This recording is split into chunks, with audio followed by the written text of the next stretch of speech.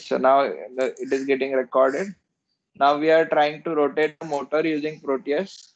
For that, you have to go to the component, place, and then type a keyword motor. आपको बहुत सारे motor आएंगे, उसमें से आपको सिलेक्ट करना है एक्टिव लाइब्रेरी वाला motor, simple DC motor model, and click OK. And then you have to place that motor. Since I have already placed it, I will not repeat it. So it is there. अब इसका speed control करना है, मुझे nominal speed देना है. ये अभी होगा 6 आरपीएम पे, उसको मैं नॉमिनल स्पीड को कम कर रहा हूँ so that it will be easily visible for me. I have made it 1 and let the load resistance be same as 12 ohms.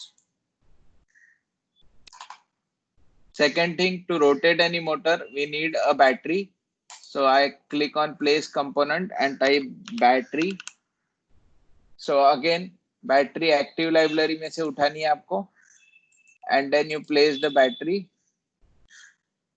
Now remember, motor पे जब डबल क्लिक किया था तो उसने बोला था नॉमिनल वोल्टेज होगा 12 वोल्ट और अपनी बैटरी भी 12 वोल्ट की है. तो if I connect it directly, मतलब to the battery, both the terminals of motor, the motor should run.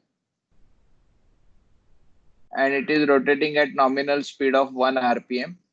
तो बीच का ब्लू जो एरो है वो घूमते हुए दिखाई देगा. एंड यू कैन सी अभी वो घूम रही है मेरे इसमें क्लॉकवाइज. ठीक है. अब अपने को डायरेक्शन कंट्रोल के लिए लगेंगे switches. I just remove this connections. अब कनेक्शन एक्स्ट्रा बन रहे हैं, ऐसे कुछ शॉर्टिंग वगैरह हो रहा है. How to avoid them? Right click, click delete wire, right click and right click delete wire. Okay, this is how you can remove the wires, extra wires. अगर वो भी ठीक से काम नहीं कर रहा है तो यहाँ पे सिलेक्ट में जाओ और सिलेक्ट करना वो पर्टिकुलर चीज को जिसको भी आपको निकाल देना है, and then you can click delete. Okay. Next, to control the direction of the motor, what we need is switch. So I will go to place component. I will type switch. ठीक है. तो मुझे एक active switch आएगा which I can just place. ठीक है.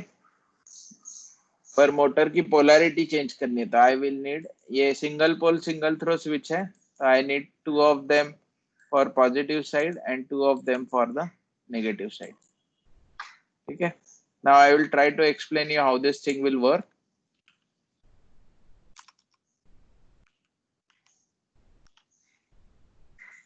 सो आपके पास एक मोटर है जो इनिशियली प्रॉपर सप्लाई देने पे क्लॉकवाइज घूम रही है.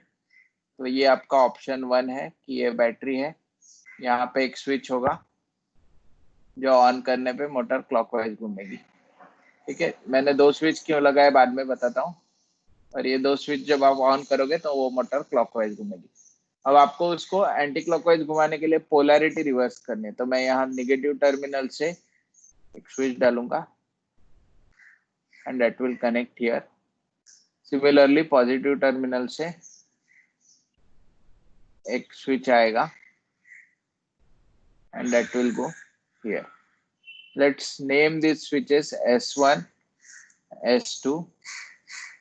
तो जब S1 और S2 चालू होंगे तो तुम्हारा मोटर क्लॉकवाइज घूमेगा, और जब S1, S2 बंद हो जाएंगे और फिर S3, S4 चालू रहेंगे तो मोटर एंटी क्लॉकवाइज घूमेगा. ये सिंपल प्रिंसिपल है मोटर कंट्रोल का. Now we go back to the Proteus to achieve the same. पहला कनेक्शन बहुत सिंपल है. I will do it. Straight forward connect कर दो मोटर को. ठीक है.